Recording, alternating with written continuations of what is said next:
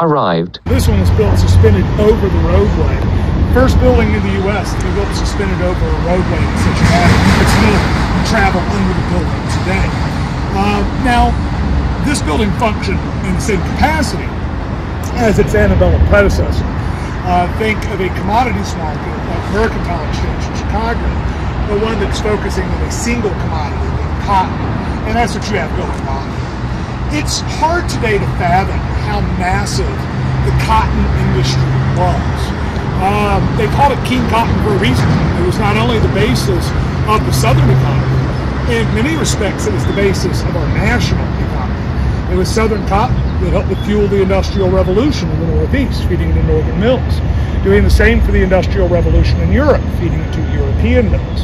And it also helped to bankroll the U.S. government. This is an era before income taxation. So the federal government is subsisting primarily off of trade taxes. And this would include taxes on imported manufactured goods, but also taxes on Southern exports like cotton and tobacco. If you were to go back into the colonial period here in Georgia, the big cash crops were rice, indigo, which is grown for dye, and tobacco. Cotton has always grown well in this climate, but it was problematic early on because the antebellum period, and this is true in both the North and South, it was a very romantic era, meaning there's this yearning for all things from the past, especially the British past.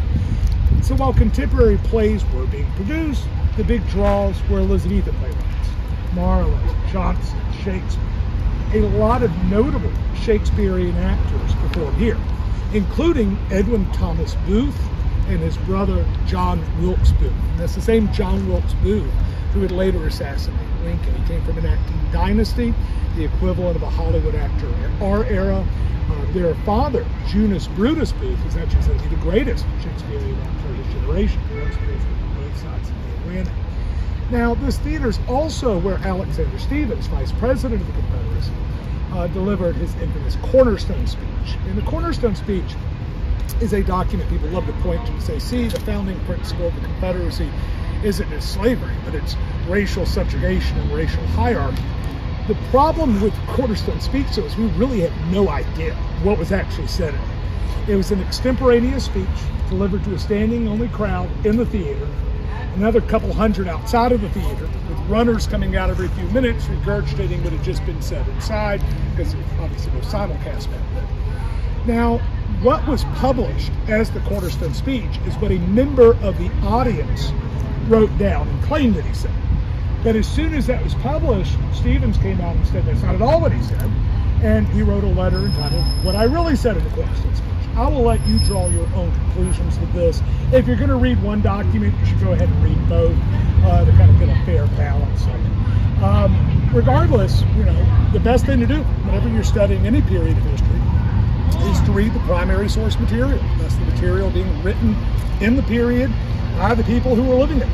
And thankfully, Yale has a huge online database of primary source material in regards to this conflict, ranging from things like the Cornerstone speech, what I really said in the Cornerstone speech, the various ordinances of secession, the Confederate Constitution, the proposed amendment to the Constitution I mentioned earlier, the Emancipation Proclamation, Horace Greeley's urging of Lincoln and Lincoln's rebuttal.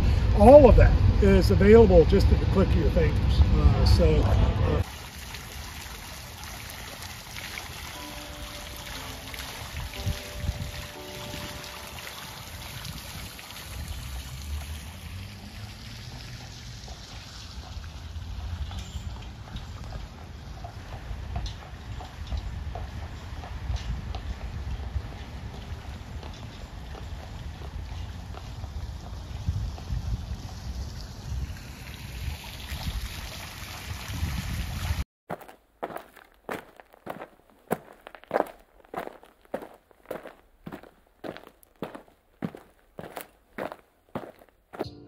James Edward Oglethorpe was born in 1696 in London and was educated at Oxford.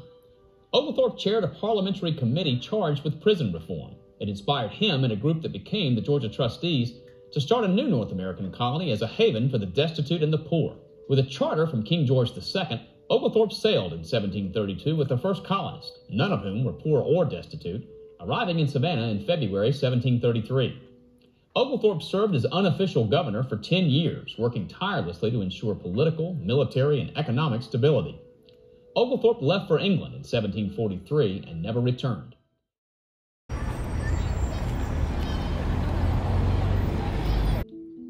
For more than 4 decades, the magnificent Owens-Thomas mansion on Savannah's Oglethorpe Square was home to a succession of wealthy white families, as well as a varying number of enslaved African Americans who tended to their every need. The day-to-day experience of these individuals differed greatly from the plantation slavery portrayed in popular movies and books. The labor of those that worked in homes like the Owens-Thomas house was 24-hour labor. They rarely got much sleep because they had to be on call 24 hours a day. We really have to remember that for enslaved people, being in the house was not pleasant. It was a job.